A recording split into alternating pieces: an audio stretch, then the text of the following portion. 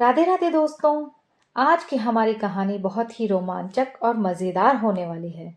बहुत पुराने समय की बात है। एक गांव में चौपाल लगी थी। सभी ने भगवान दास को घेर रखा था, जिसकी उम्र लगभग 65 के पार थी। आज भगवान दास चुप चुप से बैठे थे। गांव के लोग उसे काका कहकर बुलाते थे। तभी पीछे से एक आदमी ने कहा कि आज काका खामोश क्यों हैं? लगता है उनके खजाने में गप्पों की कहानी किस्से खत्म हो गए हैं। तभी गोवर्धन बोल उठे, हम आपके किस्सों के दीवाने हैं और इसी कारण यहाँ भागे चले आते हैं, और आप हैं कि चुपचाप बैठे हैं। तो भगवान दास कहने लगे, अरे ऐसी बात नहीं है। मैं सोच रहा हूं कि इतने जानवरों को कहाँ बसाऊंगा। तभी सब लोग समझ गए कि आज गप्पी काका कुछ लंबी लंबी डींगे हाँकने वाले हैं। लेकिन किसी को अंदाजा नहीं था कि आज की गप इतनी बड़ी होगी। तभी जोर जोर से आवाजें आने लगी, हाँ तो शुरू करो गप्पी काका, हाँ तो शुरू करो गप्पी काका। गप्पी काका ने खकार कर हुक्का अपनी तरफ खींचा और एक सुट्टा मारकर धुएं को हवा में छोड़ा। एक रानी अपने महल की छत पर टहल रही थी।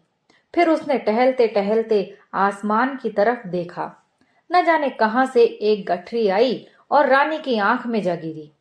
सुनने वाले खुसर खुसर करने लगे तो गप्पी काका बोल उठे, चुप रहो। भीड़ में से कोई बोला, हाँ हाँ काका, आगे सुनाओ। हम नहीं बोलेंगे। रानी को आंख में कुछ किरकिरी सी महसूस हुई तो रानी ने अपनी सेविका को बुलाया और कहा, देखो मेरी आंख में क्या है। सेविका सत्तूबाई रानी नैन तारा से बोली, महारानी आपकी आंखों में तो हजारों ऊंट इधर उधर घूम रहे हैं। रानी को बड़ी चिंता हुई। रानी ने सेविका से कहा, अब मैं क्या करूं? महाराज ने अगर इन ऊंटों को देख लिया तो मचल जाएंगे और यहां से ऊंट पर बैठकर शहर को निकल जाएंगे। रानी बोली, तू मेरी प्रिय सहेली है, तू ही कोई उपाय कर। सेविका बोली, आप चिंता मत करो, मैं इन सब ऊंटों को अभी निकाल देती हूँ। सत्तूबाई ने एक चिमटी हाथ में ली और तेजी से ऊंट निकालने लगी। उसने कुछ ऊंट निकालकर तो अपनी ओढ़नी में छिपा लिए और कुछ ऊंटों को अपने कमीज के नीचे छिपा लिया। फिर गिन कर बोली, महारानी अब कोई चिंता की बात नहीं, मैंने 7,000 ऊंट बाहर निकाल दिए हैं। लेकिन गिनती में दासी से चूक हो गई और एक ऊंट महारानी की आंख में छिपा बैठा रह गया। दासी डर से कुछ नहीं बोली। रानी अब उठकर अपने शयन कक्ष में आ गई। थोड़ी देर बाद महाराज भी वहां आ गए। वे प्यार से बातें करने लगे कि अचानक महाराज की आंखें रानी की आंखों से टकराई। महाराज देखते ही उछल पड़े और बोले, महारानी आपका बहुत बहुत शुक्रिया, आप मेरा कितना ख्याल रखती हैं। इस सोने के ऊंट को आपने अपनी आंख में पनाह दे रखी है। आप थोड़ी देर आराम करें, मेरा मन ऊंट की सवारी करने को हो रहा है। महारानी कुछ कहती उससे पहले ही महाराज रानी की आंख में खड़े सोने के ऊंट पर जा बैठे और शहर पर निकल पड़े। रानी को अब रात भर नींद नहीं आई। सवेरा होते ही रानी ने दासी को बुलाकर कहा, जरा देखो तो महाराज कहाँ चले गए हैं। दासी ने आंख में देखा तो बोली, मुझे महाराज तो दिखाई नहीं दे रहे, मगर एक ऊंट का धड़ दिखाई दे रहा है। रानी ने कहा, पूरी बात बताओ। दासी बोली, महारानी जी आप तो यहाँ नवलगढ़ में बैठी हैं और ऊंट का पैर भी यहीं दिखाई दे रहा है। फिर गर्दन ऊंची करके बोली, मुझे ऊंट का सिर आगरा में यमुना नदी में पानी पीते दिखाई दे रहा है। महारानी डपटते हुए बोली, ये सब छोड़, तू ये बता महाराज कहाँ हैं। दासी बोली, देखती हूँ। अचानक दासी चिल्लाई, महाराज तो मैसूर के आलीशान बगीचे में घूम रहे हैं। बगीचे में पेड़ पौधे फल फूलों को कोई जानवर खा जाता था, इसलिए मैसूर के नवाब ने अपने मंत्री से कहा कि बगीचे में पहरा लगाओ।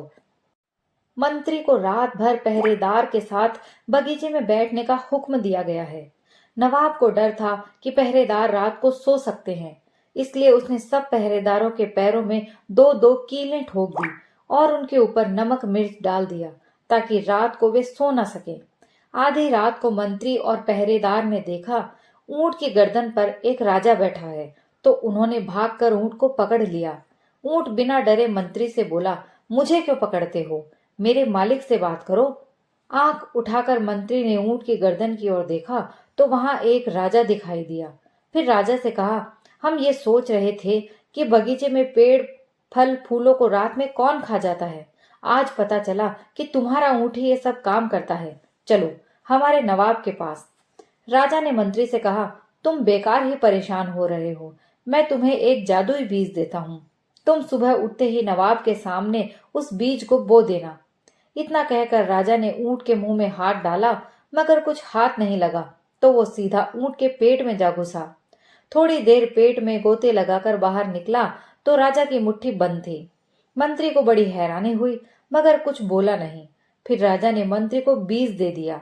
मंत्री दौड़ा दौड़ा अपने नवाब के पास गया और उन्हें सारा किस्सा सुनाया। नवाब महल से निकलकर बगीचे में पहुंचे। जो ही बगीचे को बीज को जमीन में लगाया तो थोड़ी ही देर बाद उसमें पत्ते फूल फल निकलने लगे। एक फल इतना बड़ा और मीठा था जिसे देखकर नवाब के मुंह में पानी आ गया। नवाब ने लपक कर उस फल को तोड़ा। उसने मंत्री से कहा, ये देखो कितना सुंदर पका हुआ फल है, इसे क्या कहते हैं? मंत्री बोला, रेगिस्तान में होने वाले इस फल को वहां के लोग मतीरा कहते हैं। हमारे देश के लोग इसे तरबूज कहते हैं। नवाब ने भर पेट तरबूज खाया। इतने में महल के दूसरे कर्मचारी भी वहां आ गए। इस तरह वहां हजारों लोग इकट्ठा हो गए। नवाब ने मतीरे की खूब प्रशंसा की। सबको दावत में शामिल होने का निमंत्रण दिया गया। थोड़ी ही देर में हजारों लोग मतीरे पर टूट पड़े और पका मतीरा सबने जमकर खाया। तभी नवाब के ज्योतिषी ने कहा, बहुत तेज बाढ़ आने वाली है, हम में से कोई नहीं बचेगा। तब नवाब ने कहा, डरो मत, हमारे पास सुरक्षित जगह है, तुम मेरे पीछे पीछे आ जाओ। इतना कहकर नवाब तरबूज में घुस गया। उसके साथ हजारों लोग हाथी घोड़े तरबूज में जा घुसे। यहाँ तक कि खेतों में चरने वाले पशु भी तरबूज में आ घुसे। तेज बरसात आई और तरबूज के पानी के साथ लुढ़क नदी में चला गया। नदी समुद्र में जा गिरी। समुद्र में एक बहुत बड़ी मछली कई दिनों से भूखी थी। उसने जब तरबूज को देखा तो उसे निगल गई। तरबूज बड़ा होने की वजह से वो मछली के गले में अटक गया। मछली हाँफने लगी और हाँफती हाँफती समुद्र के किनारे आ गई। समुद्र के किनारे बहुत दिनों से भूखा एक बगुला बैठा था। उसको शानदार मछली देखी तो उसने मछली निगल ली, लेकिन मछली बगुले के गले में फंसकर रह गई। बगुला इधर उधर भागा, ज्यादा दूर तक नहीं चल सका और बेहोश होकर वहीं लुढ़क गया। तभी उधर एक बिल्ली आई। अब बिल्ली ने बगुले को खाया तो उसका भी वही हाल हुआ। तभी एक जंगली कुत्ता आया जो बिल्ली को उठाकर गटक गया, लेकिन कुत्ता भी वहीं पसर गया। तभी वहां एक शिकारी आया। उसे आज कुछ नहीं मिला था। उसे वो कुत्ता नजर आया तो उसने कुत्ते को कंधे पर डाला और घर चला गया। घर जाकर शिकारी ने अपनी पत्नी से कहा, सुनती हो, अब चिंता की कोई बात नहीं, 4 दिन का भोजन एक साथ ले आया। अब मुझे तुम तंग मत करना। शिकारी की पत्नी ने कुत्ते को एक जोर से लकड़ी दे मारी ताकि उसके प्राण निकल जाएं, लेकिन लकड़ी के लगते ही कुत्ते के मुंह से बिल्ली निकली तो शिकारी की पत्नी चिल्लाई, सुनते हो, कुत्ते के मुंह से बिल्ली निकली है। शिकारी बोला, बिल्ली को बाद के लिए रख लेंगे। शिकारी की पत्नी ने अगले दिन बिल्ली को डंडा मारा तो उसके मुंह से बगुला निकला। पत्नी बोली, सुनते हो जी, बिल्ली के मुंह से बगुला निकला है। शिकारी बोला, रख लो, कल काम आ जाएगा। अगले दिन बगुले पर लकड़ी पड़ी तो उसके मुंह से मछली निकली और फिर आखिर में मछली के मुंह से तरबूज निकला। तरबूज में से नवाब, नौकर चाकर, हाथी घोड़े, जंगली पशु सब निकले। नवाब ने शिकारी को देखकर कहा, मैं तुमसे बड़ा खुश हूँ। मैं तुम्हें बहुत सारी जमीन देना चाहता हूँ। हमें उस परोपकारी राजा के दर्शन तो कराओ जिसके कारण हम सब बचे हैं। बगीचे में खड़ा ऊंट बोला, राजा तो महारानी की आंख से निकलकर महल में बैठा अपनी रानी से बातें कर रहा है। आप राजा से मिलना चाहते हैं तो मेरी पीठ पर बैठ जाओ। नवाब ने ऊंट को सलाम किया और कहा, जिसका मालिक इतना बड़ा जादूगर है तो उसका ऊंट कितना बड़ा जादूगर होगा। हमें माफ करें, हमें नहीं बैठना आपकी पीठ पर। इतना कहकर गप्पी काका चुप होकर बोले, ये थी आज की गप और कल आपको इससे भी बड़ी गप सुनाऊंगा। दोस्तों, ये कहानी यहीं समाप्त होती है। अगर आपको कहानी पसंद आई हो तो प्लीज लाइक और शेयर कीजिए, और अगर आप मेरे चैनल पर नए हैं तो प्लीज चैनल को सब्सक्राइब कर लीजिए। कहानी सुनने के लिए आप सभी का बहुत बहुत धन्यवाद।